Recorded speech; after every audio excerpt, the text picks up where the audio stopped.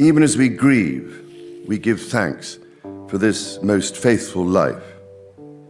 I am deeply aware of this great inheritance and of the duties and heavy responsibilities. The British monarchy has survived wars, abdications, assassinations, and constitutional crises stretching back nearly 1,000 years. It has outlasted empires. It has buried enemies and embarrassed rivals. But right now, in the spring of 2026, something is happening inside Buckingham Palace that has no real precedent in modern royal history. A reigning king is quietly handing over his authority, not through abdication, not through illness forcing his hand in public, but through a deliberate, behind-closed-doors transfer of real power to his son.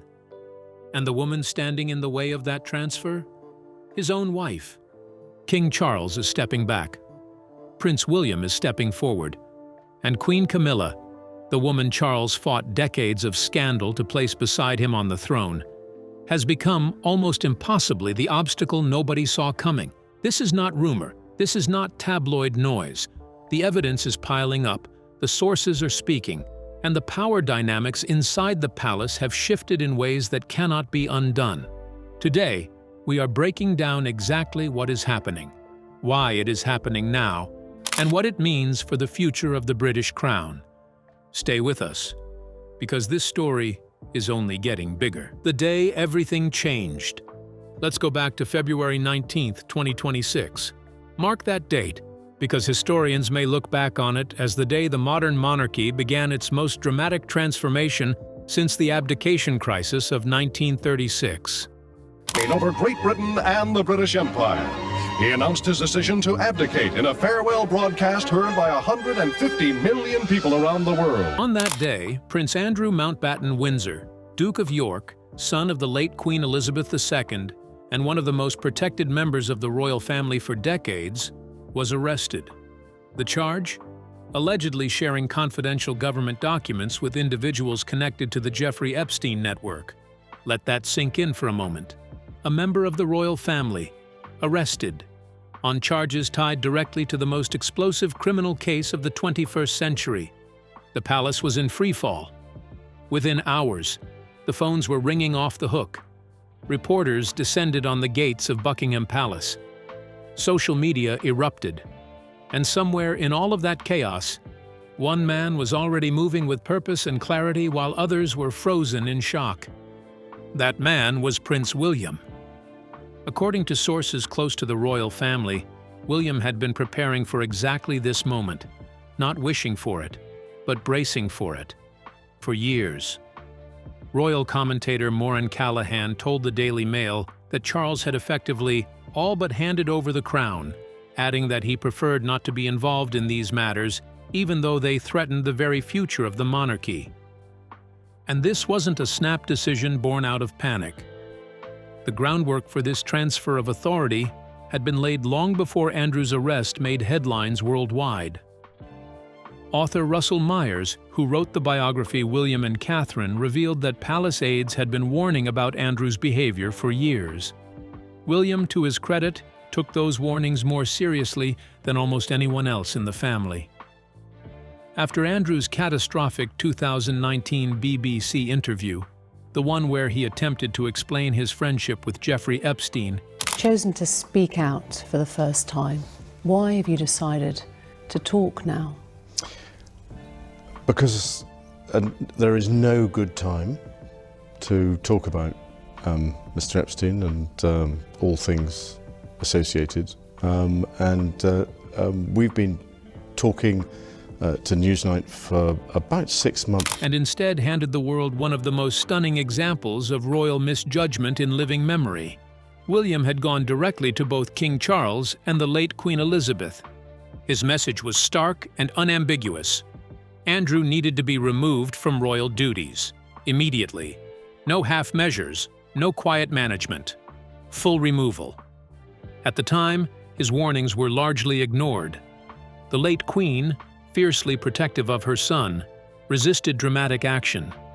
Charles, then still Prince of Wales, found himself caught between loyalty to his mother and concern about the institution's survival, but William kept pushing. He reportedly told senior royals that the monarchy's relationship with the public was hanging by a thread, and that protecting the institution had to take precedence over protecting any individual, even family. Those words fell largely on deaf ears in 2019. By 2026, they had become prophecy. Now, with Andrew arrested and Charles fighting his own battle with cancer, William's position within the family is no longer that of an heir waiting quietly in the wings. He is, by all accounts, the man making the decisions.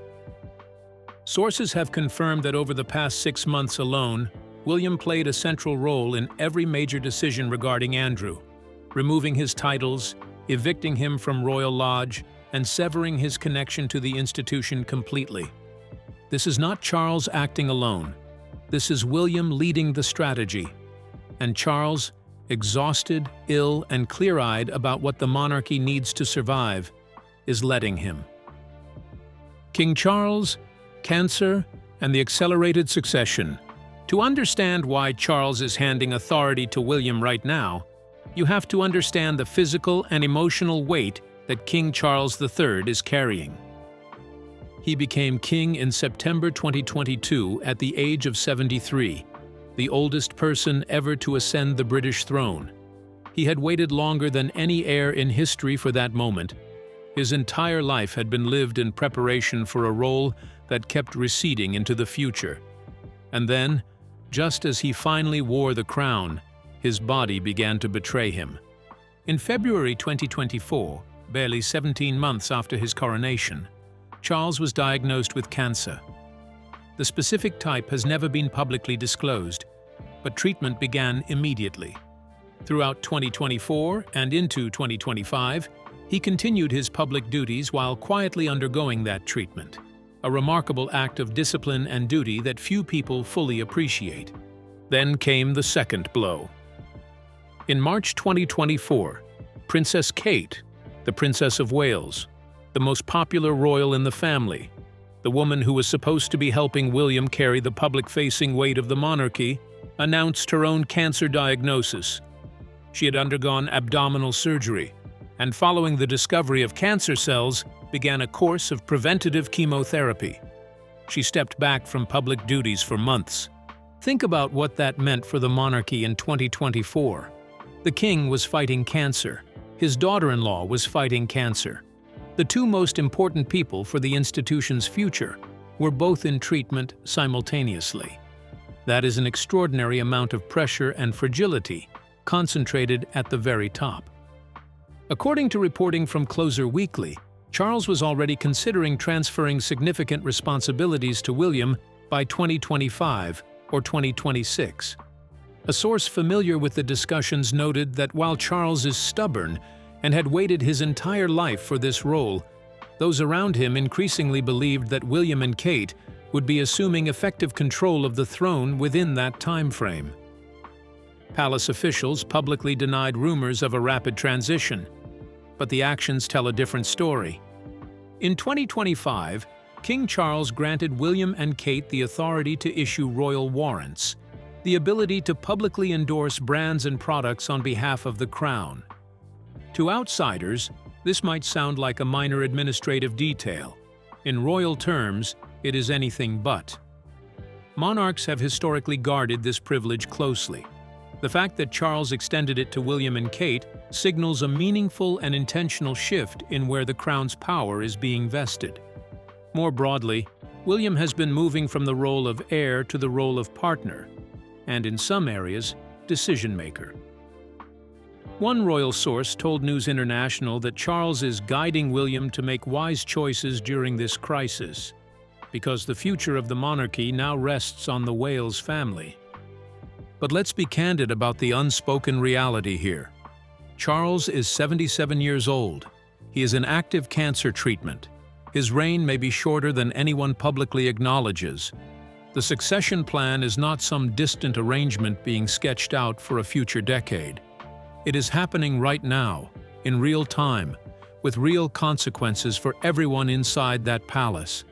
And that urgency is exactly what makes the resistance from Queen Camilla so significant. and so destabilizing. William's vision, a monarchy built like a corporation. Before we get to the Camilla conflict, it's worth understanding what William is actually trying to build. Because this isn't just about managing a scandal. This is about a fundamental reimagining of what the British monarchy is and what it should be. William wants to run the monarchy like a modern organization, not a ceremonial relic, not a family business managed by tradition and instinct. A structured, accountable, transparent institution with clear lines of authority, measurable goals, and zero tolerance for the kind of opacity that has allowed scandals to fester for decades. His model is the Royal Foundation, the charity he runs with Kate. It has a CEO, a board of directors, publicly stated objectives, and regular reporting to the public. It operates with the kind of clarity that most royal institutions have historically avoided. William intends to apply that same framework to the monarchy itself. In a candid conversation with Canadian actor Eugene Levy in October 2025, William acknowledged that change is on my agenda, while also recognizing the inherent tension. How do you reform an institution that is specifically designed to represent continuity? One former royal aide framed it memorably, comparing the monarchy to a jar of Marmite. The label has looked the same for decades, but the contents have changed many times over. William understands that. He knows that the changes he wants to make must be subtle enough not to alarm traditionalists while still being bold enough to matter. And his management of the Duchy of Cornwall, the vast estate he inherited when Charles became king, gives us a preview of how he operates. People who work with him say he consistently challenges old assumptions and demands accountability. One insider described it plainly. Accountability is at the heart of everything the prince and princess do. They want the monarchy to be known for doing well and benefiting others. But a modernized monarchy has no room for the kind of entanglement that Queen Camilla is defending. And that is where the real battle lines have been drawn. The Camilla problem, loyalty versus the crown. Here is where the story gets genuinely complicated and genuinely tense. Queen Camilla has been an unexpected but real obstacle to William's reform agenda. And the flashpoint is a friendship that stretches back 50 years. Her relationship with Sarah Ferguson, the ex-wife of Prince Andrew. According to Radar Online, William has pushed back hard on Camilla specifically because of her continued closeness to Sarah. His position is not ambiguous. The only safe strategy for the monarchy right now is a complete, clean, and public break from anyone connected to Andrew and the Epstein scandal. And there are legitimate reasons for that position. Sarah Ferguson's name appears in the Epstein files released by the U.S. Department of Justice. There is no evidence of criminal wrongdoing on her part, but the released emails show she had direct contact with Epstein and appeared to solicit financial help from him during difficult periods. In one message from October 2009, she wrote to Epstein asking urgently for money when her businesses were struggling. That is the company that the Queen Consort of Great Britain is keeping, at least in William's view. And he believes that Camilla's visible loyalty to Sarah sends exactly the wrong message at exactly the wrong moment. Camilla sees it differently. She and Sarah Ferguson have been friends since the 1970s, long before either of them ever set foot inside the royal family. Camilla values loyalty. She believes that ending a 50-year friendship because of what she considers guilt by association is both unfair and unnecessary. Now ask yourself this honestly. Who do you think is right? Should personal loyalty to a lifelong friend outweigh the institutional needs of the monarchy during its most serious scandal in a generation? Or is William being too ruthless, too corporate, too willing to sacrifice human relationships for the sake of optics? Because that question is at the heart of this conflict, and it does not have an easy answer. The tension was visible even when Camilla tried to take a proactive stance. In October 2025, she played a role in the decision to strip Andrew of his titles. Reports indicate she acted because Andrew was undermining efforts to support victims of sexual abuse. causes Camilla has championed. This showed she was willing to take action against Andrew. But it was action on her own terms, at her own pace, not the immediate sweeping break that William was demanding. And when Camilla tried to publicly demonstrate her commitment to abuse survivors, meeting French rape survivor Giselle Pellico in February 2026, the social media response was swift and brutal. Critics accused her of hypocrisy, arguing that you cannot publicly support abuse survivors while privately maintaining friendships with people linked to the very scandal that enabled that abuse. The attack landed, and it made William's point for him. He has reportedly told Camilla plainly, "There are no exceptions, no family loyalty, no personal history, no long friendships. Anyone connected to this scandal must be distanced from the crown. And if Camilla cannot accept that, William is prepared to work around her, reduce her influence, and simply wait until he becomes king and Kate becomes queen consort. That is the ultimatum. And it is extraordinary. Kate versus Camilla, the real power struggle. If the conflict between William and Camilla is a battle over strategy, the conflict between Kate and Camilla is something more personal and perhaps more consequential. Sources from the National Examiner have described Princess Kate as working overtime to manage the fallout from Andrew's arrest. She has been coordinating with palace staff on the public response, consulting with legal advisors, and ensuring that William's crisis management strategy is being implemented consistently and effectively. She is, by every account, functioning as a co-strategist. Not just a supportive partner standing behind her husband, but an active decision-maker shaping how the monarchy responds to the biggest scandal it has faced in decades. And Camilla hates it. An insider described the dynamic bluntly. Camilla doesn't like Kate getting involved. Their relationship has always been rocky. But now, with Kate visibly stepping into a leadership role, Camilla feels threatened. She has reportedly accused Kate of making both her and Charles look weak, as if the king cannot handle this crisis without assistance from the next generation. Think about that accusation for a moment. The palace is in genuine crisis. A senior royal has been arrested. The public's trust in the monarchy is hanging by a thread, and the primary concern of the queen consort is that she looks bad. Charles, to his credit, does not see it that way. The same source confirmed that he defends Kate whenever Camilla criticizes her, repeatedly saying that Kate is only trying to help. But Camilla remains visibly and vocally resentful. The optics have already started to shift. When Andrew's arrest broke publicly, it was William and Kate who appeared together at public events, projecting stability and calm. It was Kate who was in the room during key palace meetings. It was Kate who helped coordinate official statements. Camilla was largely absent from that visible display of strength, and that absence speaks volumes. This is the dynamic that is crystallizing inside the palace right now. The future is William and Kate, and the present, Charles and Camilla, is learning, sometimes painfully, what it feels like to be the generation that is passing the torch rather than holding it. The ultimatum. William's final authority. In late February 2026, the slow-burning conflict between William and Camilla reached a breaking point. William reportedly delivered what sources are describing as an ultimatum. The message to Camilla was direct: either publicly distance herself from Sarah Ferguson or accept that she would be damaging the monarchy's reputation at a moment when it could not afford further damage.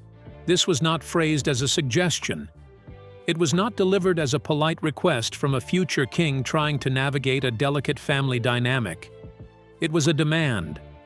And the fact that William felt empowered to deliver it tells you everything you need to know about how fundamentally the power structure inside Buckingham Palace has shifted. Heirs to the throne do not typically issue ultimatums to sitting queen consorts. That is simply not how the hierarchy works. But according to royal insiders, King Charles has granted William final authority over decisions related to the Andrew scandal and the monarchy's public reputation. He has effectively deputized his son to act not just as heir, but as the primary decision-maker in this crisis. Charles supports William's strategy, Camilla does not. And that division, the reigning king aligned with his son against his own wife, is as striking as anything this family has produced in decades. Royal insiders confirmed that there is a clear internal understanding that rebuilding public trust after the damage caused by Andrew Mountbatten Windsor is William's responsibility, and William's to lead. He is focused on that mission entirely, and those who are not aligned with that mission, regardless of their title, regardless of their relationship to the king, are being sidelined. The question now is simple. Will Camilla fall in line? Or will she continue to resist, deepening the rift, accelerating her own marginalization, and potentially forcing Charles to make an impossible public choice between his wife and his son? And here is the question we want you to think about. Is William right to push this hard? Is there a point at which his corporate, zero-tolerance approach to loyalty and scandal could become its own kind of problem for the monarchy? Tell us what you think in the comments below. The future king's blueprint. What William's reign will look like. The power struggle inside Buckingham Palace is not happening in a vacuum. It is the visible surface of a much deeper transformation, one that will define the British monarchy for the next generation. When William becomes king, and all evidence now suggests that moment may arrive sooner than official palace communications have acknowledged, the institution will look genuinely different. He has been explicit about several core principles with those closest to him. First, a smaller monarchy, fewer working royals, tighter control over who represents the crown in public. The days of an extended royal family with dozens of members drawing on public resources and royal prestige while creating liability after liability are numbered. Second, no tolerance for scandal. William has reportedly told his closest associates that anyone who brings scandal to the monarchy, regardless of blood, regardless of history, regardless of sentiment, will be removed immediately. Andrew was not a special case. Andrew was a test case, and the test results will inform every future decision. Third, a more transparent, merit-based institution. The courtiers who have operated in the shadows for decades, making decisions behind closed doors, prioritizing tradition over accountability, will find that their influence diminishes significantly under a King William. Decisions will be made through clearer processes with clearer ownership. This is a monarch who manages the Duchy of Cornwall the way a CEO manages a company. He asks why things are done the way they are done. He demands evidence. He holds people accountable for outcomes, not just intentions. And Kate will be central to that project. Already functioning as a genuine strategic partner, she will, when she becomes Queen Consort, occupy a role that is more active, more publicly influential, and more directly engaged in the direction of the institution than anything Camilla has been willing or able to deliver. The monarchy is, in every meaningful sense, already changing. Charles is still king, Camilla is still Queen Consort, but the center of gravity has shifted. The decisions that matter are increasingly being made by the next generation, with the approval, and often at the direction, of the current king. What happens next, and why? The next months are critical. The Andrews scandal is far from over. Criminal charges remain possible. New revelations connected to the Epstein files continue to emerge. Every development in that case sends new shockwaves through the palace. And each new shockwave reinforces William's authority. Because in a crisis, people look to whoever is projecting confidence and clarity. They look to whoever seems to have a plan. And right now, inside the palace and increasingly in public perception, that person is William. Sources close to the family have confirmed that the next several months are being treated as critical. If the monarchy can demonstrate genuine accountability, visible reform, and a credible break from the behavior that allowed the Andrews scandal to develop over decades, it may emerge stronger. If it cannot, if the public perception takes hold that nothing has really changed, that the palace is still prioritizing family loyalty over institutional integrity. The calls for abolition that have been growing quietly in the background will get much louder. The stakes are not abstract. A YouGov poll from early 2026 showed that support for the monarchy among people under 45 in the United Kingdom has dropped to its lowest recorded level. The next generation of British citizens is watching, and they are watching whether William's promised transformation is real, or whether it is just another carefully managed royal performance. Here is what we are asking you to consider. Is the British monarchy capable of the kind of genuine structural reform that William is describing? Or is the institution too embedded in tradition, too dependent on continuity, too tied to the personalities and relationships that define its history? To truly change from within? That is the question that will define the next decade of royal history, and we are watching the answer being written in real time. The transfer is already complete. Let's be honest about where we are. King Charles is still king. He sits on the throne. His portrait will hang in government buildings. His signature goes on official documents. But the real authority, the strategic authority, the crisis management authority, the authority to make decisions that determine the monarchy's future, is increasingly William's. Queen Camilla is still queen consort. She still wears the title. She still walks beside Charles at official events. But the woman shaping the palace response to the most serious crisis in a generation is Kate Middleton. And everyone inside those walls knows it. The old generation is officially in charge. The new generation is actually running things. That is the extraordinary reality of the British monarchy in 2026. And it is a reality that nobody planned for, nobody fully announced, and nobody can now reverse. William's authority will only grow as the Andrews scandal continues to unfold. Charles's health and age make the long-term picture inevitable, and Camilla's resistance, however understandable on a human level, is a rearguard action against a tide that has already turned. The monarchy is reinventing itself, not peacefully, not neatly, not without real human cost and genuine family pain, but it is reinventing itself. And the man driving that reinvention is Prince William, armed with final authority from his father, backed by his wife, and utterly convinced that the institution must change or face something far worse than a scandal. What do you think? Is William right to push this hard and this fast? Is Camilla wrong to resist? Or is there something admirable in her refusal to abandon a lifelong friend? And could all of this pressure lead to Charles stepping aside sooner than anyone has officially admitted? Drop your thoughts in the comments. This conversation is only getting started. If this breakdown gave you a clearer picture of what is really happening inside Buckingham Palace, hit the like button, subscribe for more deep dives into the real dynamics of royal power, and check out our next video where we examine William's full plan to restructure the monarchy from the inside out. See you there!